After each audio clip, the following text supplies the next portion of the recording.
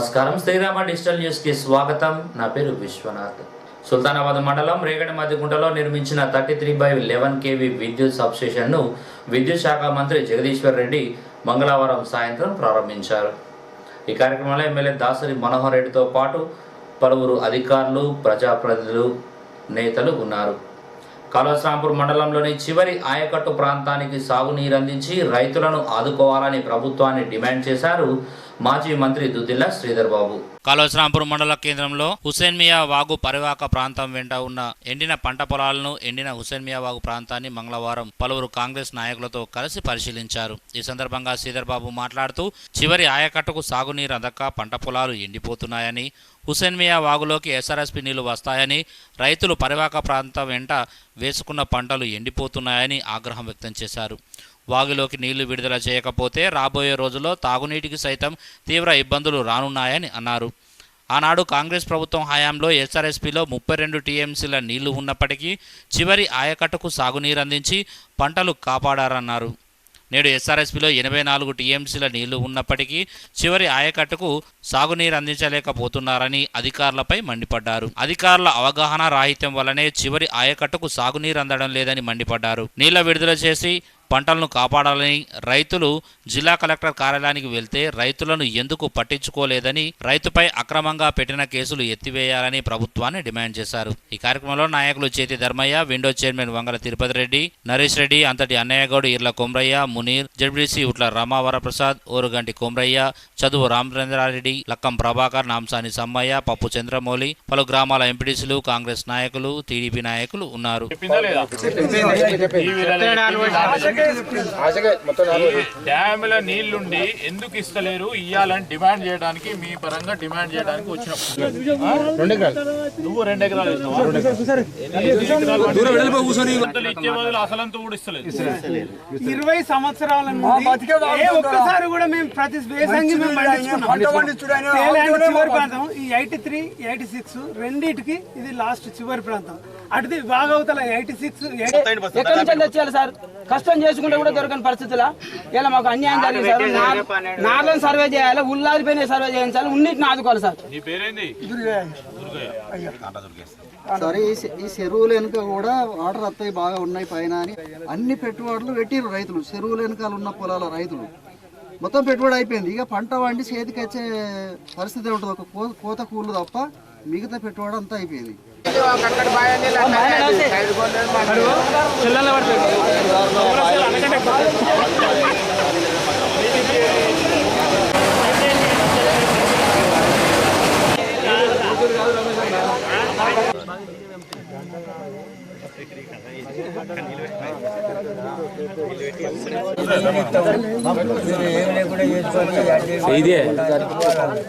అంటే ఆశపడి 2 ఎకరాల మీద 30,000 రూపాయలు. ఎన్ని ఎకరాలు వేసినావు? 2 ఎకరాలు. ఏ గది లేదు, ఇప్పుడు ఏం లేదు. ఇంత అప్పుడప్పుడు ఇంత మంద సావాల్సింది కానీ ఏం లేదు.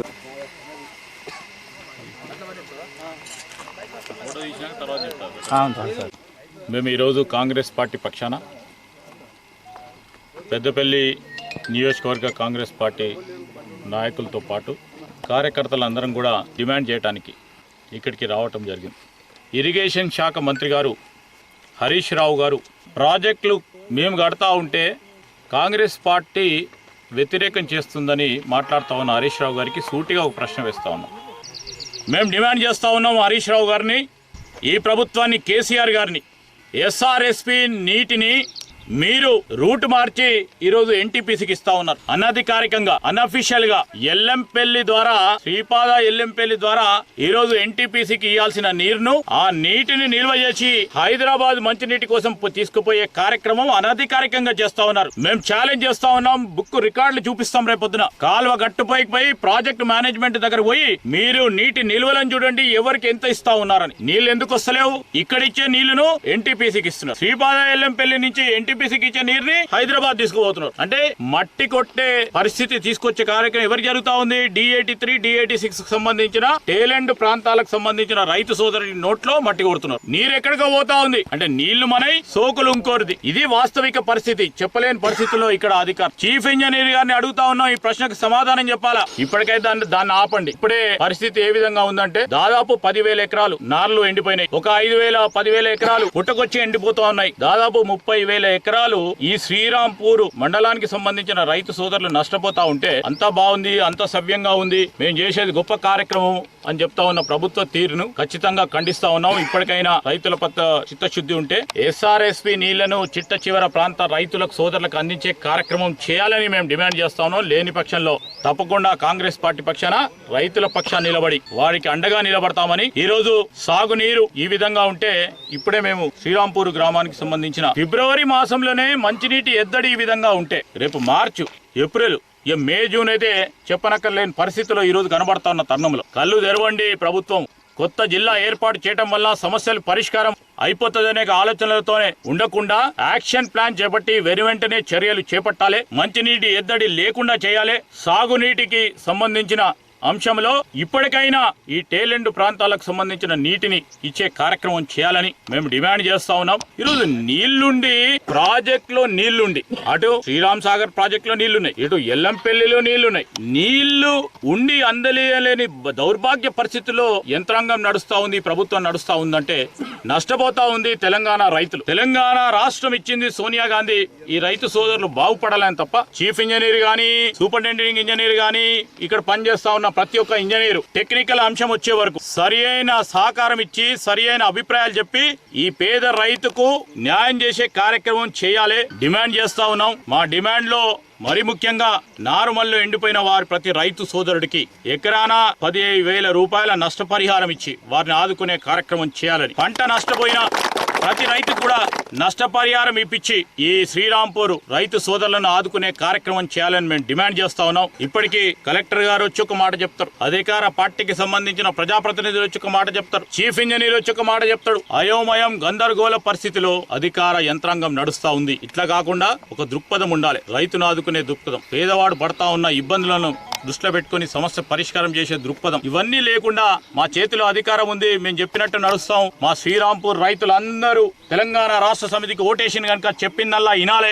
మేము నీరు అందజేయకుండా ఇనాలే, ఇట్లానే పడాలి అంటే రైతు సోదరులు చూసుకుంటూ ఊరుకోలేరు. వారి పక్షాన మేము తప్పకుండా నిలబడతామని ఈరోజు మేము గట్టిగా చెప్తూ మరి రైతు సోదరులకు అండగా నిలబడే కార్యక్రమంలో వారి బాధల్లో పాలు పంచుకోవాలని ఈరోజు మేము రైతు సోదరుల దగ్గరికి వచ్చాం. ఇదే విషయం ఇదే దృష్టికి ఇరిగేషన్ మంత్రి గారి దృష్టికి కూడా తీసుకెళ్తాం. మా ప్రదేశ్ కాంగ్రెస్ కమిటీకి సంబంధించిన అధ్యక్షులు, వర్కింగ్ అధ్యక్షులతో పాటు డిస్కస్ చేసి మరి ఈ విషయాన్ని స్పష్టంగా పార్టీ పరంగా కూడా మరి ఈ ప్రభుత్వం ముందట ఉంచడం జరుగుతుంది. ఇక్కడ ప్రాంత రైతులకు మోసం చేస్తా ఉన్నారు. ఇక్కడున్న సామాన్య ప్రజానికానికి నీటి ఎద్దడి రావడానికి మీరే ముఖ్య కారకులు. ఇప్పటికైనా ప్రత్యామ్నాయ చర్యలు తీసుకొని పంటలను కాపాడుతూ మరి ఎండాకాలం లోపలనే ఈ పరిస్థితి ఉంది కనుక మంచినీటి ఎద్దడి తీర్చడానికి కార్యక్రమం చేయాలని ఈ ప్రభుత్వాన్ని డిమాండ్ చేస్తున్నాం.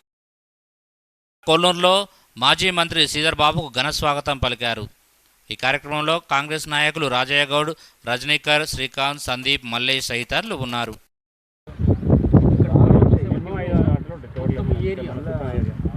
సుల్తానాబాద్ మండల్, మోదల్ మండల్, శ్రీరాంపూర్ మండల్, ఈ 3 మండలాలకు 100 ఆటోలు ఓ రోజు నేను పోయి కలిసి పెట్టుకోమని చెప్పి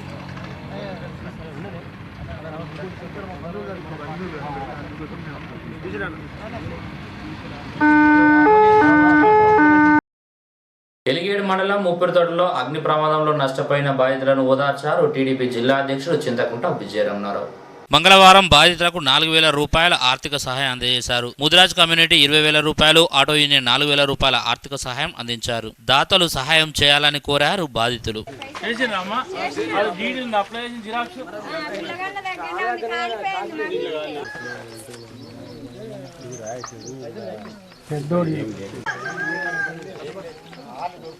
ఈ గోడలన్నీ ధనాదాన్ని దొబ్బితే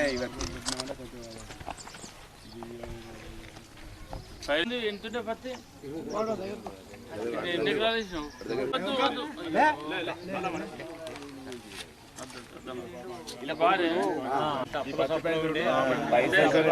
కౌలు వచ్చినది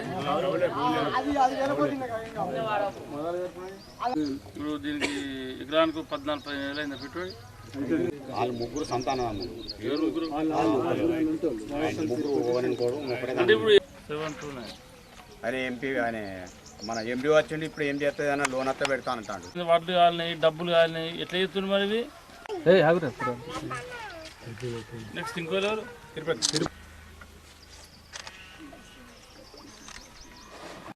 తీసుకో రాకుండా ఉండండి.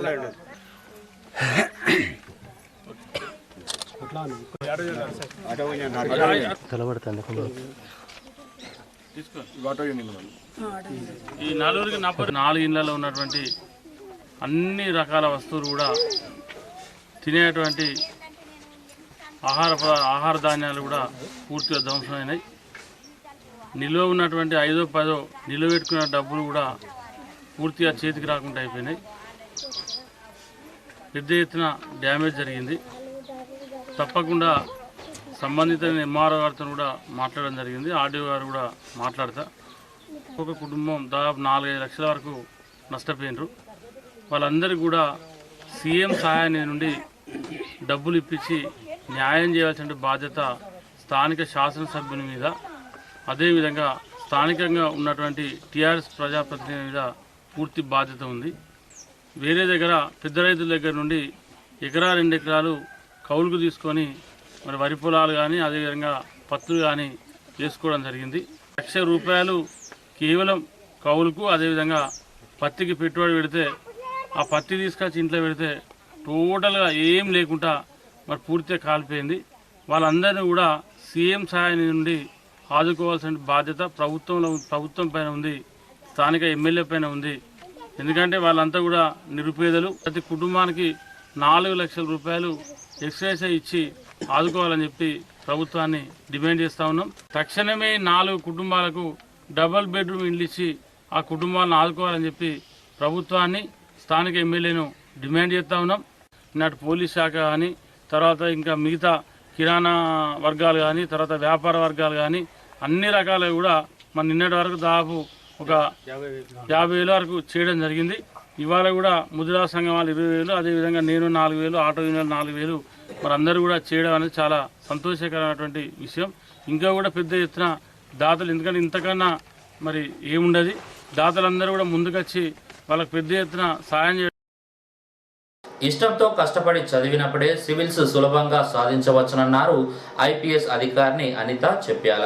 సుల్తానాబాద్ మండల కేంద్రంలోని ఓ ఫంక్షన్ హాల్లో శ్రీవాణి డిగ్రీ అండ్ పీజీ కళాశాల విద్యార్థులకు సివిల్స్ ఎగ్జామ్స్ పై అవేర్నెస్ కార్యక్రమం నిర్వహించారు. కుడిది శ్రీనివాస్ ఆధ్వర్యంలో జరిగిన ఈ కార్యక్రమంలో లెక్కల నాగేష్, కమలాకర్ విద్యార్థులు ఉన్నారు.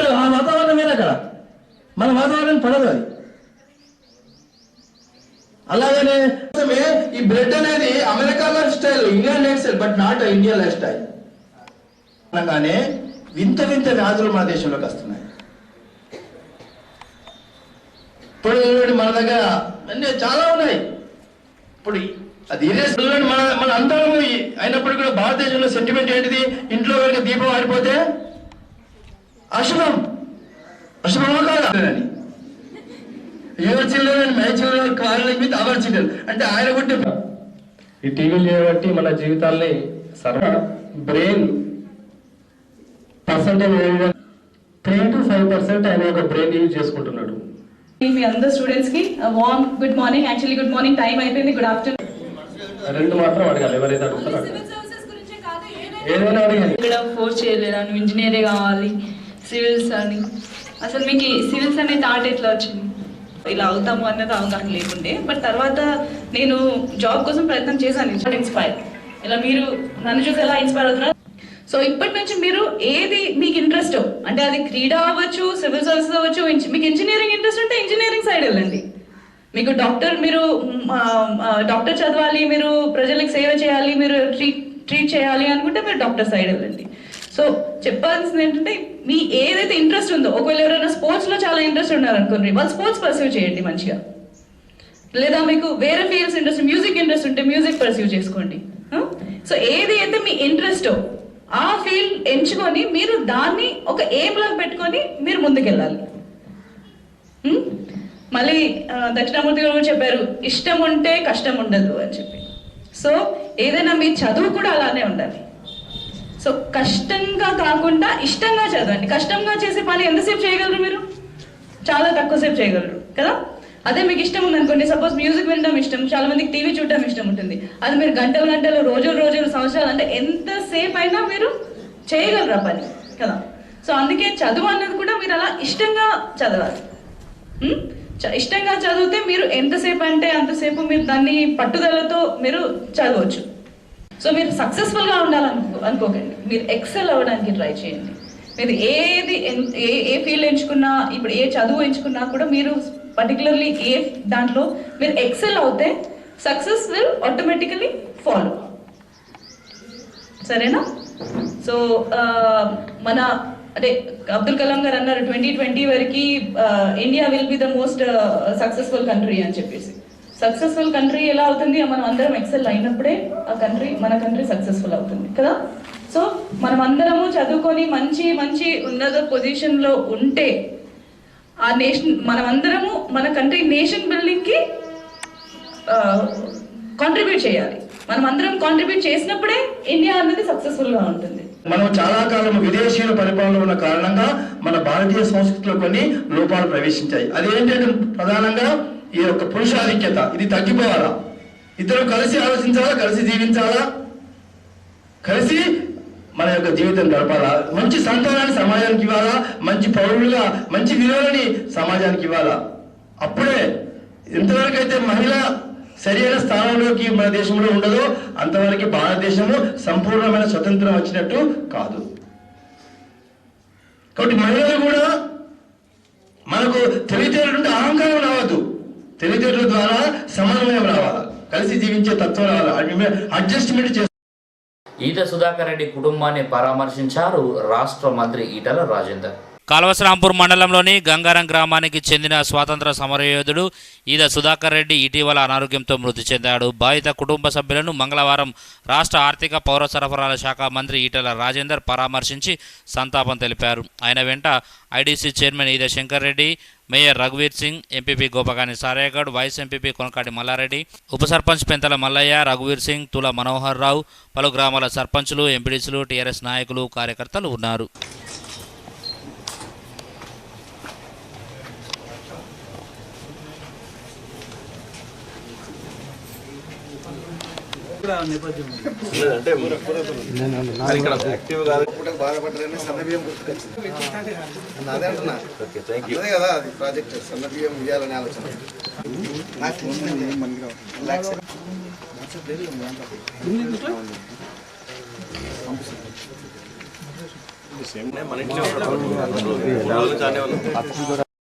ఇవి ఈ బులెటిన్ విశేషాలు. మరో బులెటిన్లో మళ్ళీ కలుసుకుందాం.